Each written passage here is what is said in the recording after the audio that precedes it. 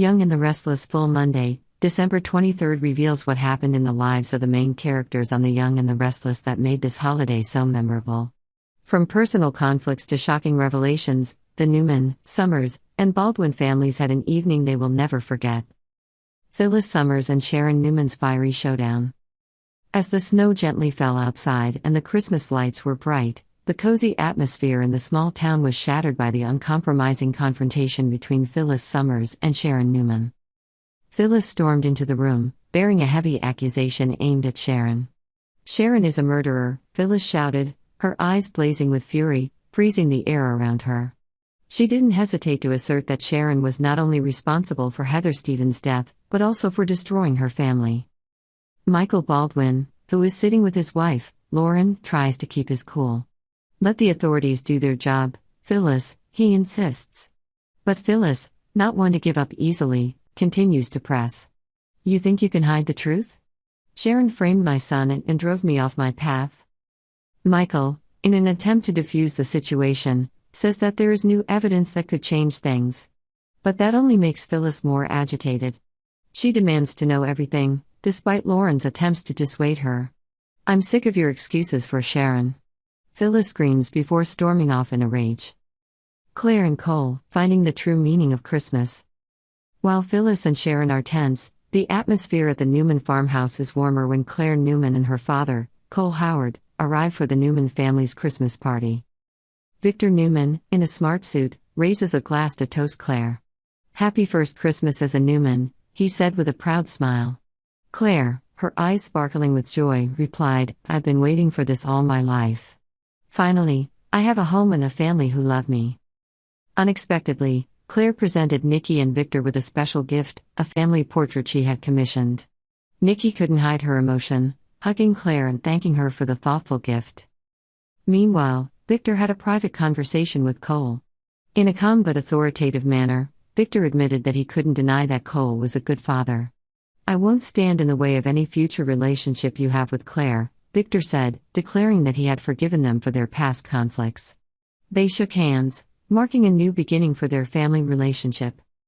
Michael Baldwin, shocking truth revealed. Amidst the family fun at the Newman farmhouse, a shocking secret is revealed at the Baldwin dinner table.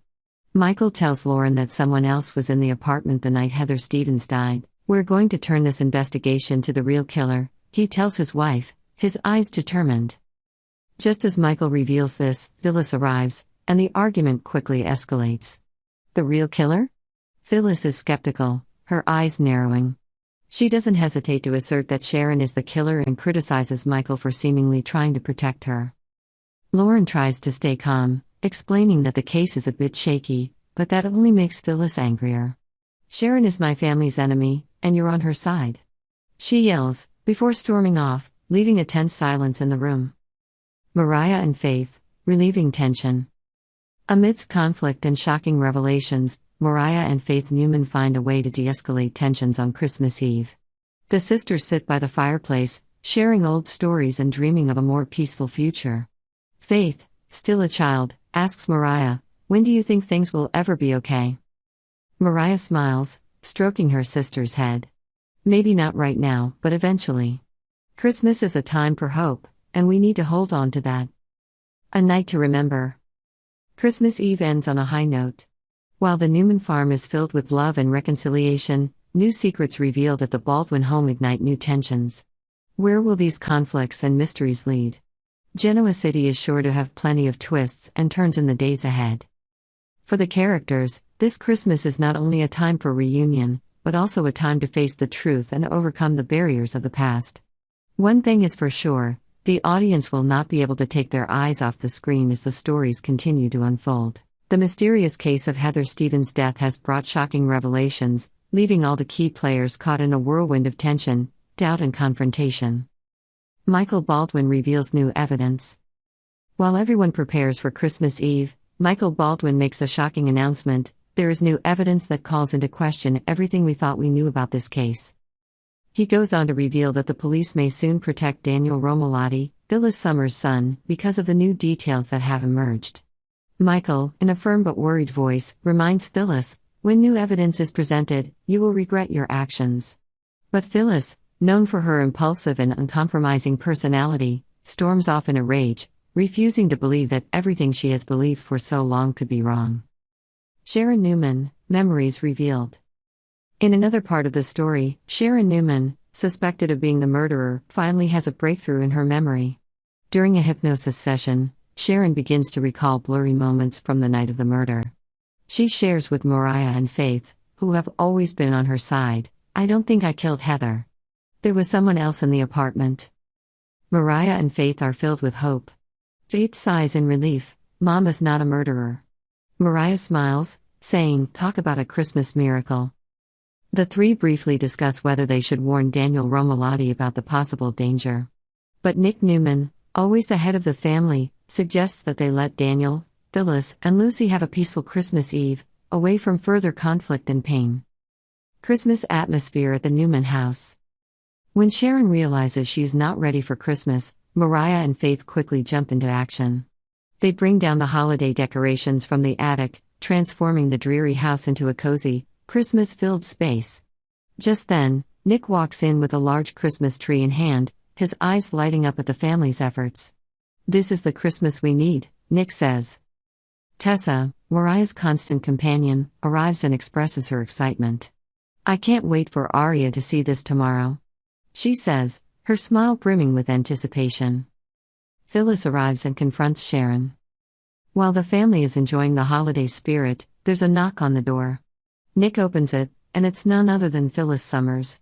In a bright red coat and a sour expression, she enters, her eyes darting around the room. "Of course you're here," Phyllis said to Nick, with a sarcastic roll of her eyes. But her main target was Sharon.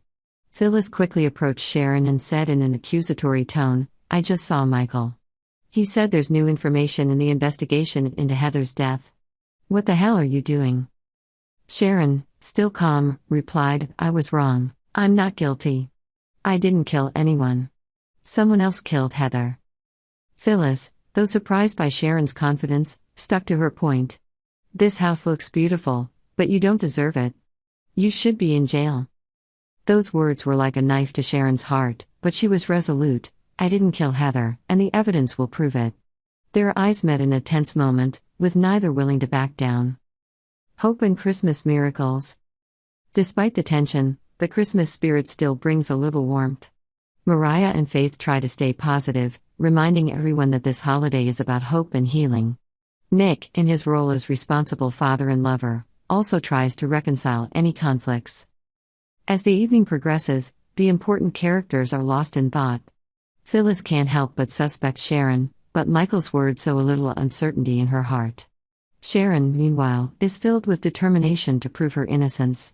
And somewhere, the shadow of the real killer still lurks, threatening the peace everyone has worked so hard to build. The big unanswered question.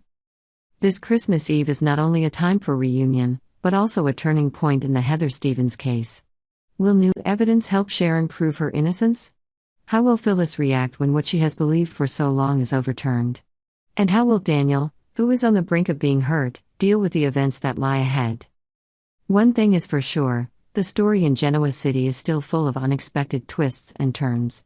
Stay tuned, because in the world of the young and the restless, anything is possible. Subscribe to our channel to stay up to date with the latest news.